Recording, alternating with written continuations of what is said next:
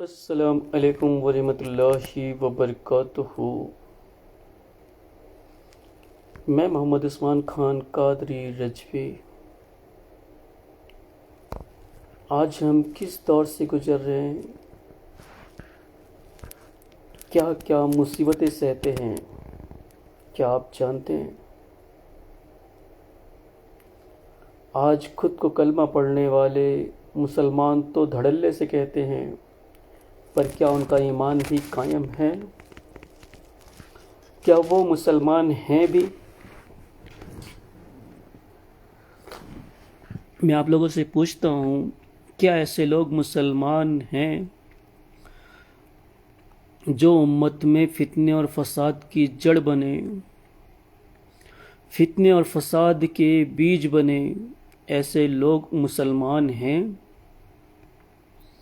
جن کو یہ پتہ ہے کہ ایمان کیا ہے، اس کے بعد بھی اگر وہ حرام کاموں کی طرف مائل ہو جائیں اور حرام کام کو عقیدت بتائیں، تو کیا ایسے لوگ مسلمان ہیں؟ میں آپ سے پوچھنا چاہتا ہوں، اہل سنت والجماعت کسے کہتے ہیں؟ اہل سنت والجماعت کہتے کس کو ہیں؟ جو سنت پر پوری طریقے سے قائم رہے وہی تو اہل سنت والجماعت ہے۔ اہل کہتے ہیں جمع ہونے کو۔ اہل کسے کہتے ہیں؟ جمع ہونے کو، یا پوری طریقے کسی کام میں لگے رہنے کو اہل۔ اور جماعت وہ جگہ ہیں جہاں پہ لوگوں کا جماوڑا ہو، اسے کہتے ہیں جماعت۔ جس پر لوگ متفق ہو جائیں اسے کہتے ہیں جماعت۔ تو اب آپ مجھے بتاؤ، اہل سنت والجماعت کا معنی کیا ہے؟ آج جاہل اور جانور قسم کے لوگ اہل سنت والجماعت کا معنی نہیں جانتے اور اپنے آپ کو مولانا کہتے ہیں، یا ان کے آس پاس سے جڑے لوگ انہیں مولانا کہتے ہیں۔ میں نے ان سے پوچھا کہ جو تم یہ تعزیہ، ماتم، مرثیہ وغیرہ کرتے ہو، کیا یہ جائز ہے؟ کیا جو تم یہ خیالی پلاؤ پکا کر دین سمجھتے ہو، کیا یہ جائز ہے؟ میں نے ان سے پوچھا، اللہ کے رسول صلی اللہ تعالی علیہ وسلم نے کہا، قولی حدیث ہے، یہ بھی نہیں کہ عملی ہے، قولی حدیث ہے اللہ کے رسول صلی اللہ تعالی علیہ وسلم کی، عنقریب امت محمدیہ 73 فرقوں میں تقسیم ہو جائے گی، 72 فرقے جہنمی ہیں، ایک فرقہ جنتی ہے۔ اب مجھے بتاؤ کہ ان کا جواب کیا ہونا چاہیے؟ کہتے یہ حدیث صحیح نہیں ہے۔ آج تک کسی شیعہ نے، کسی وہابی نے اس چیز کا انکار نہیں کیا کہ یہ حدیث صحیح نہیں ہے۔ اب یہ کون سے فرقے کے لوگ پیدا ہو رہے ہیں، میری سمجھ میں نہیں آ رہا ہے۔ کون سا فرقہ آگے چل کر بنانے والے ہیں، میری تو سمجھ میں نہیں آ رہا ہے۔ کہتے یہ حدیث صحیح نہیں ہے کہ اللہ کے رسول صلی اللہ علیہ وسلم رحمت للعالمین ہیں، وہ اپنے 72 فرقے والے کو جہنمی کہیں گے۔ پھر دوسرا جاہل کھڑا ہوتا ہے تو کہتا ہے ارے اس کا مطلب کسی کے 73 اولاد ہے تو 72 کو جہنمی کہے گا، ایک کو جنتی۔ کیا تمہیں یہ نہیں معلوم کہ اگر اللہ کے رسول نے یہ فرمایا ہے، اگر اللہ رب العزت نے اللہ کے رسول کو رحمت للعالمین بنایا ہے، تو اسی اللہ نے فرمایا ہے لعنت اللہ علی الکاذبین، لعنت اللہ علی الکاذبین۔ اللہ رب العزت ہی فرماتا ہے وَمِنَ النَّاسِ مَن يَقُولُ آمَنَّا بِاللَّهِ وَبِالْيَوْمِ الْآخِرِ وَمَا هُمْ بِمُؤْمِنِينَ۔ اب تم تو نبی صلی اللہ تعالی وسلم کے پیچھے پڑے ہو کہ نبی صلی اللہ علیہ وسلم رحمت للعالمین ہیں، تو اس لیے امت محمدیہ کو جہنمی نہیں کہیں گے، ان 72 فرقے والے کو۔ اللہ رب العزت تو کسی فرقے کا نام لیے بغیر ہی کہہ رہا ہے کہ جو لوگ ایمان لانے کا دعویٰ کرتے ہیں، جو ایمان لانے کا دعویٰ کرتے ہیں اور قرآن و حدیث پہ جمع نہیں ہے، ایسے لوگ مسلمان نہیں ہیں۔ اب بتاؤ کیا کہو گے؟ اللہ رب العزت معبود ہے، معبود برحق۔ اللہ رب العزت معبود ہے جس کی ہم عبادت کرتے ہیں، جس کے ہم بندے ہونے کا دعویٰ کرتے ہیں۔ وہ اللہ کہتا ہے وَإِذَا لَقُوا الَّذِينَ آمَنُوا قَالُوا آمَنَّا وَإِذَا خَلَوْا إِلَىٰ شَيَاطِينِهِمْ قَالُوا إِنَّا مَعَكُمْ إِنَّمَا نَحْنُ مُسْتَهْزِئُونَ۔ وہ اللہ کہتا ہے کہ جب مسلمانوں سے ملتے ہیں تو کہتے ہیں ہم مسلمان ہیں، اور جب اپنے شیطانوں کے پاس اکیلے ہوتے تو کہتے ہیں ہم تو شیطان ہیں۔ اپنے شیطانوں سے کیا کہتے ہیں؟ ہم تمہارے ساتھ ہیں، ہم تو یوں ہی ہنسی کرتے ہیں۔ اب مجھے بتاؤ، تم تو ابھی تک کسی کے پیچھے پڑے ہو کہ اللہ کے رسول رحمت للعالمین ہیں، تو اپنے ماننے والوں کو جہنمی نہیں کہیں گے، جبکہ کھلی حدیث ہے، مشہور حدیث ہے کہ 72 فرقے کے لوگ جہنمی ہیں۔ پھر بھی اگر تمہارا یہ عقیدہ ہے کہ نہیں اللہ کے رسول رحمت للعالمین ہیں، وہ ایسا نہیں فرمائیں گے، تو یہ کھلے طور پہ حدیثوں کا انکار ہے اور کفر ہے۔ حدیث کا انکار کر دو گے، اس لیے میں حدیث بہت کم استعمال کرتا ہوں۔ چلو قرآن مقدس میں کیسے تبدیلیاں لاؤ گے؟ سورہ آل عمران ہے جس کی دنیا دہائی دیتی ہے، خاص کر منافق لوگ، منافق یعنی وہابی دیوبندی لوگ، یہ دہائیاں دیتے ہیں کہ اور اللہ کی رسی کو مضبوط تھامو اور آپس میں تفرقوں میں نہ پڑو، اور اتنی آیت بتا کر لوگوں کو گمراہ کرتے ہیں کہ دیکھو اسلام میں فرقہ نہیں ہے۔ اتنی سی آیت بتا کر امت کو گمراہ کرتے یہ شیطان و منافق کہ امت محمدیہ میں فرقہ نہیں ہے۔ اور کیا کہیں گے؟ اور اللہ کی رسی کو مضبوط تھامو اور آپس میں تفرقوں میں نہ پڑو، یعنی فرقوں میں نہ بڑھ جانا۔ میں پوچھتا ہوں تم نے نیچے کی آیت پڑھی یا نہیں پڑھی؟ تم نے نیچے کی آیت پڑھی یا نہیں پڑھی کہ اور جب تمہارے دلوں میں بیر تھا تو اللہ نے تمہارے دلوں میں ملاپ کر دیا۔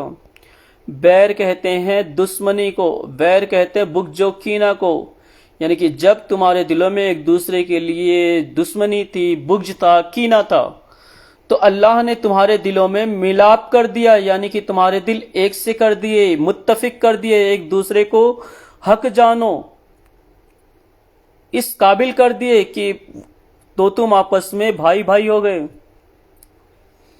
آج مجھے بتاؤ، ہم کہتے ہیں اللہ کے رسول صلی اللہ علیہ وسلم اللہ رب العزت کی عظیم نعمت ہیں، وہی شیطان و منافق وہابی دیوبندی کیا کہتے ہیں؟ جشن عید میلاد النبی کیوں مناتے ہو؟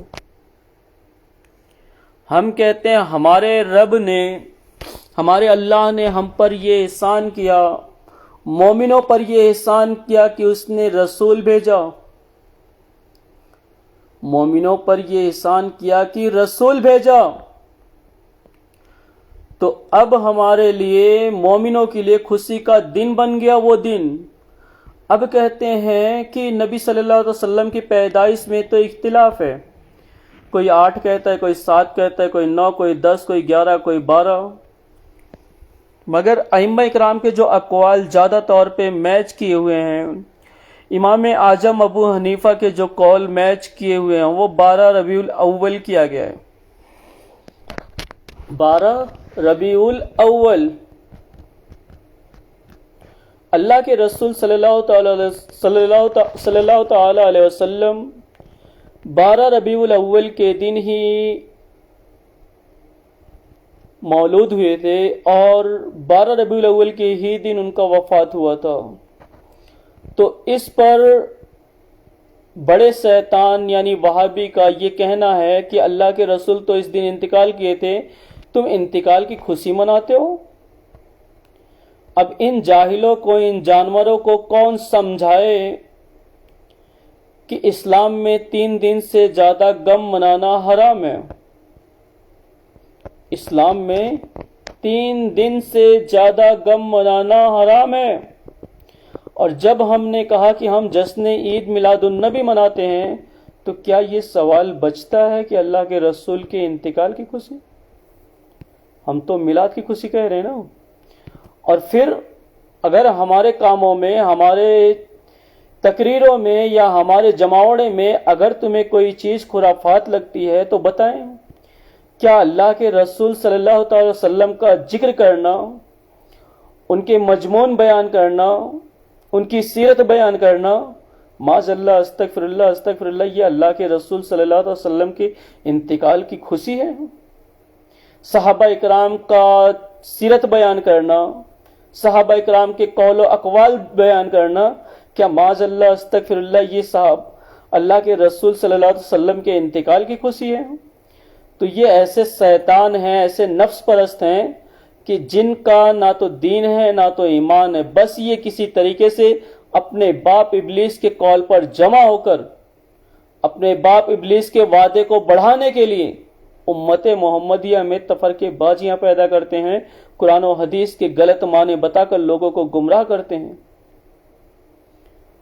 اب مجھے بتاؤ کہ اللہ رب العزت تو کہہ رہا ہے کہ ہر کلمہ پڑھنے والا مسلمان نہیں ہوتا، ہر کلمہ پڑھنے والا جنتی نہیں ہوتا، اور یہ اپنے آپ کو اللہ کے رسول صلی اللہ علیہ وسلم کے امتی کہنے والے، اللہ کے بندے یا بندی کہنے والے یا والیاں یہ کہیں کہ نہیں ہر کلمہ پڑھنے والا مسلمان ہے. میں پوچھنا چاہتا تمہارا قرآن کیا ہے؟ تم کون سی حدیث کی کتابیں پڑھتے ہو کہ اللہم صلی وسلم وبارک علی نبینا محمد. مجھے بتاؤ تم کون سی کتابیں پڑھتے ہو؟ تو تمہیں کہنا پڑے گا کہ ہم اسی قرآن کو پڑھتے ہیں جس قرآن کو تم پڑھتے ہو. تمہیں کہنا پڑے گا کہ تم بھی وہی حدیثیں پڑھتے ہو جو حدیث کی کتابیں ہم پڑھتے ہیں. تمہیں کہنا پڑے گا کہ تم بھی اسی ائمہ اکرام کو مانتے ہو جس کو ہم مانتے ہیں. تو پھر ہمارے اور تمہارے مسائل الگ کیسے ہوئے؟ کیوں تم نے شیطانیت کو اپنایا؟ بتاؤ. اللہم صلی وسلم وبارک. کیوں اپنایا شیطانیت کو؟ ہے کوئی جواب؟ اور اگر تمہاری سیرت سیرت المسلمین ہے تو تم ثابت کرو. ہم نے تو تمہارے اتنے سارے اقوال بتائے کہ تم کافر ہو، تم منافق ہو. اب کھلے اقوال بتاؤ. یہ شیطان و منافق قسم کے لوگ یعنی وہابی دیوبندی امت کو گمراہ کیسے کرتے ہیں، یہ اس پر غور کریں. اللہ کے رسول صلی اللہ تعالی وسلم کی حدیث ہے کہ 72 فرقے جہنمی ہوں گے، ایک فرقہ جنتی ہوگا. اب یہ کہتے فرقوں کی بات نہ کر کے ہمیں قرآن و حدیث کی بات کرنی چاہیے، روزے نماز کی بات کرنی چاہیے. میں نے ان سے پوچھا، شیطانوں سے، یہ جتنے بھی شیطان ہیں وہابی دیوبندی تبلیغی جماعت والے، میں نے ان سے پوچھا کہ بھیا پہلے ایمان و عقیدہ ہے یا پہلے نماز ہے؟ جس انسان کا ایمان و عقائد ہی درست نہ ہو تو اس پر ایمان کو سنوارنا فرض ہے، ایمان کا سیکھنا فرض ہے یا نماز پڑھنا فرض ہے؟ بتائیں مجھے، اول کیا ہے؟ اول ایمان و عقائد ہے یا نماز ہے؟ اسلام میں داخل ہونے کی پہلی شرط کیا ہے؟ کلمہ ہے یا نماز ہے؟ بتائیں مجھے. نماز ایک عمل ہے، ایمان نہیں ہے. نماز کیا ہے؟ ایک عمل ہے، عقیدہ نہیں ہے. جس کا ایمان ہے وہ مسلمان ہے، اس کے بعد اس پر کوئی عبادت لازم ہوتی ہے، تب اس پر جا کے نماز فرض ہے یا روزہ فرض ہے. جس کا ایمان ہی نہیں ہے، کیا کسی نان مسلم پر روزہ فرض ہے؟ یا کوئی نان مسلم رکھ لے تو اسے روزہ کہا جائے گا؟ بتاؤ مجھے. تو یہ ایسے جاہل قسم کے لوگ ہیں، اپنی جہالت کی بنا پہ خود بھی گمراہ ہوتے ہیں، دوسروں کو بھی گمراہ کرتے ہیں. تو اس وجہ سے انہیں شیطان کہا جاتا ہے. ورنہ شیطان کسے کہتے ہیں؟ شیطان نے اللہ رب العزت سے وعدہ کیا تھا؟ اے اللہ میں تیرے بندوں کو گمراہ کروں گا.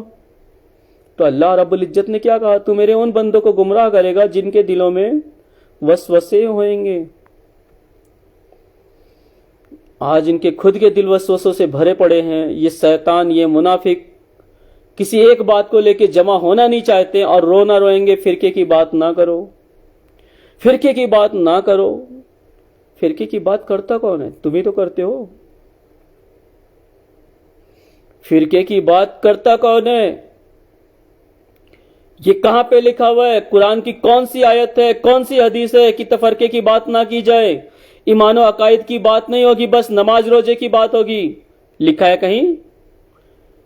قرآن کی ایک آیت دکھا دو، حدیث دکھا دو کہ نہیں ایمان کچھ بھی نہیں ہے، بس جو ہے وہ ہے نماز اور روزہ.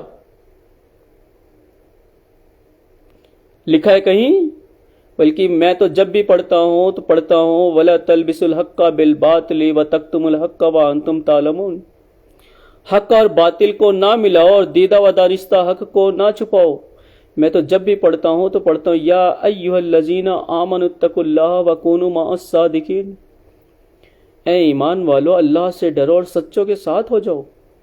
تو یہ جسے اللہ رب العزت منافق کہہ رہا ہے، جھوٹا اور مکار کہہ رہا ہے، یہ کون لوگ ہیں؟ اگر اسلام میں تفرقہ نہیں ہے تو اللہ کس سے کہہ رہا ہے اے ایمان والو اللہ سے ڈرو اور سچوں کے ساتھ ہو جاؤ؟ یعنی کہ جھوٹے اور منافق لوگ بھی تو خود کو مسلمان کہہ رہے ہیں. تو یہ جو ایک ایک آیت کا مفہوم نہیں سمجھتے، ایک چھوٹی چھوٹی آیتوں کا یہ مفہوم اور معنی نہیں سمجھتے، میں انہیں کیا کہوں بتاؤ؟ میں انہیں کس منہ سے مسلمان کہوں؟ خیر، میں اپنی بات کو ختم کرتا ہوں. السلام علیکم. اللہ حافظ، فی امان اللہ. اور آپ لوگوں سے گزارش کرتا ہوں ایسے شیطان اور منافق قسم کے لوگوں سے دور رہیں. یہ ایمان کو برباد کرنے والے لوگ ہیں. اللہ حافظ، فی امان اللہ.